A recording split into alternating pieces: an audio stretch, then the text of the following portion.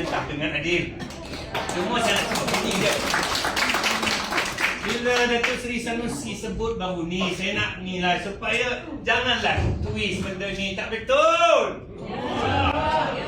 Saya bukan nak bela, tapi saya nak latar belakang akademik. Ni malah kan nasihat. Bila orang Melayu dah tak nak dengar cakap orang Melayu, kerana orang Melayu kena dengar cakap Cina pula.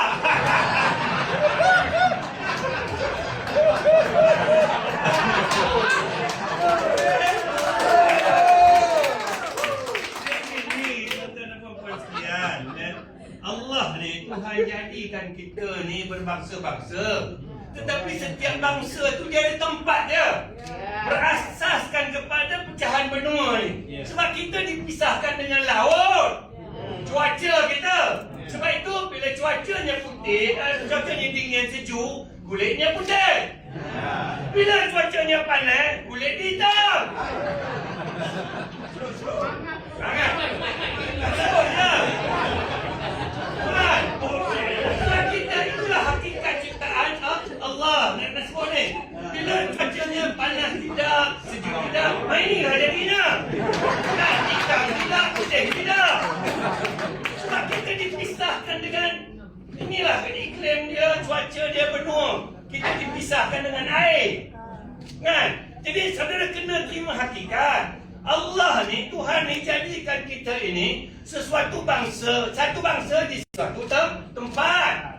Kenapa berbilang bangsa? Disebabkan oleh kemajuan jalan air.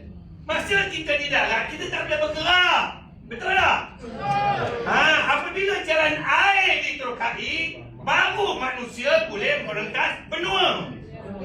Ketika itu yang putih pergi pada separuh putih, yang hitam pun datang. Contoh. Dr. Subah dah tengok kat saya tu. Ini hakikat kejadian ni dia kena faham. Nah, kalau tidak dia twist. Tak boleh macam tu. Sampai kita nak cakap jangan datang ke Negeri Sembilan ke dalam kempen. Tak boleh. Tak boleh. Tuan. Lu siapa? Ini kalau saya cakap ni panjang jadi kan. Kalau kita kena terima hakikat ni, saudara-saudari. Interaksi pergerakan berlaku apabila jalan laut diterokai.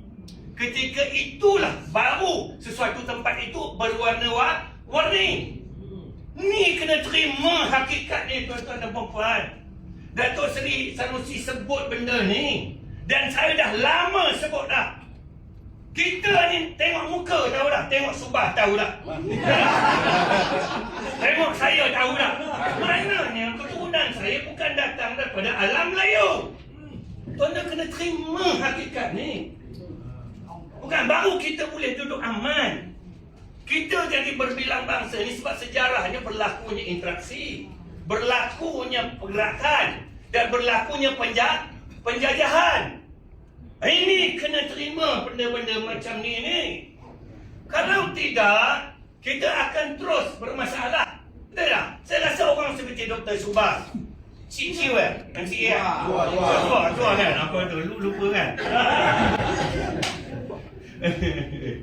Kalau kita boleh faham ini, sebab itu teras Muafakat Nasional adalah perlembagaan. Sejarah, perlembagaan dan rukun negara.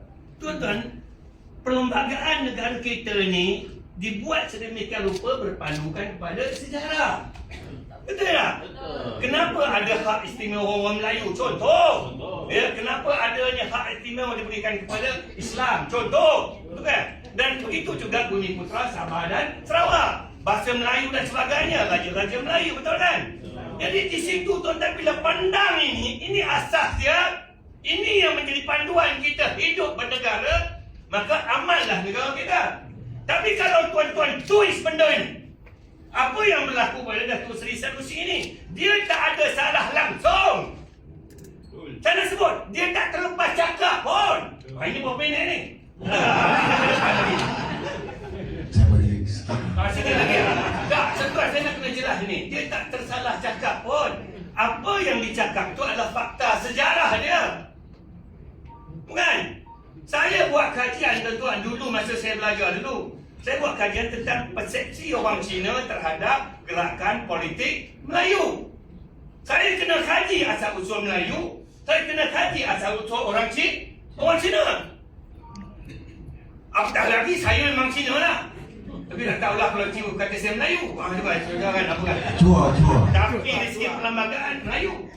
Sebab Melayu itu tak tengok perlembagaan kita dirangka sebagai rupa kan. Cina boleh jadi Melayu. Melayu itu beragama Islam, bertutur bahasa Melayu dan juga berbudaya Melayu. Nampak tu? Tengok saya ni bercakap. Bukan Melayu ke tidak? Orang putih tengok sini. Tak, masalahnya apabila orang bukan Melayu tak boleh cakap bahasa Melayu. Ini masalah kita nak bina negara. Sebab itu kita sentiasa mengingatkan Syubah. Dr. Syubah, betul tak? Betul. Kita selalu bergaduh, betul tak? Betul. Betul kan? Kita selalu bergaduh, bukan kita bencikan kepada India, dah. Kita bergaduh bukan kita benci kepada China, dah. Kita bergaduh, kita kena bersatu asas dia perlembagaan kita. Baru kita boleh bersama. Ni kalau saya cakap ni panjang, cukup berhenti.